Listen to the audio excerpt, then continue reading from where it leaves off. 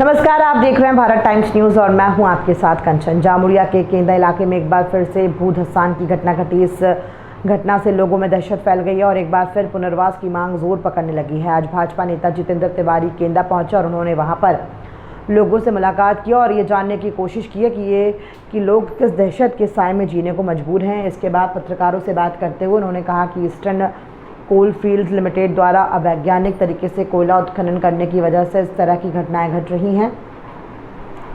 उन्होंने कहा कि ज़्यादातर पैच के मालिक टीएमसी के नेता हैं और इस तरह की जब घटना घटती है तब सभी खामोश हो जाते हैं। न तो ग्राम पंचायत समिति, जिला परिषद इस पर कुछ कहता है, न ही इलाके के विधायक इस पर कुछ कहते हैं और सांसद तो सांस्कृतिक अनुष्ठान करने में ही व्यस्त हैं। उनके पास इन सब के लिए कोई समय नहीं है। लेकिन इन सब में यहाँ के आम आदमी का जीना मुश्किल हो गया है।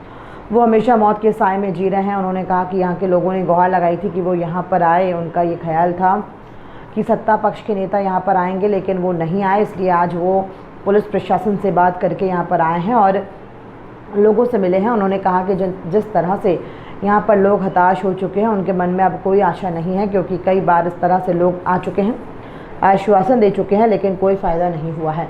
जितेंद्र तिवारी ने कहा कि वो भी यहाँ पर लोगों को आश्वासन देने नहीं आए हैं।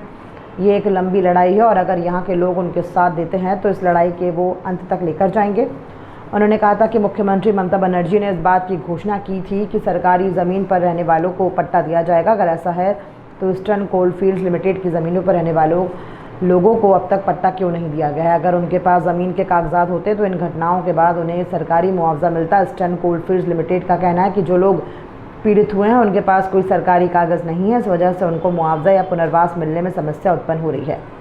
उन्होंने कहा कि अगर ये इलाका रहने लायक है तो कोलियरी के जनरल मैनेजर एजेंट यहाँ पर क्यों नहीं रहते? आप पैच के मालिक का परिवार यहाँ पर क्यों नहीं रहता है? सिर्फ गरीबों को ही यहाँ पर रहने के लिए मजबूर क्यों किया जा रहा है? उन्होंने साफ कहा है कि यहाँ के लोगों को पुनर्वास देना होगा, क्योंकि ये इलाका रहने लायक नहीं है। इसके साथ ही उन्होंने कहा कि अगर किसी को पुनर्वास दिया जाता है तो वो भी तरीके से देना होगा। यहाँ के रहने वाले लोगों को अगर कुल्टी में पुनर्वास दिया जाए तो वो संभव नहीं है।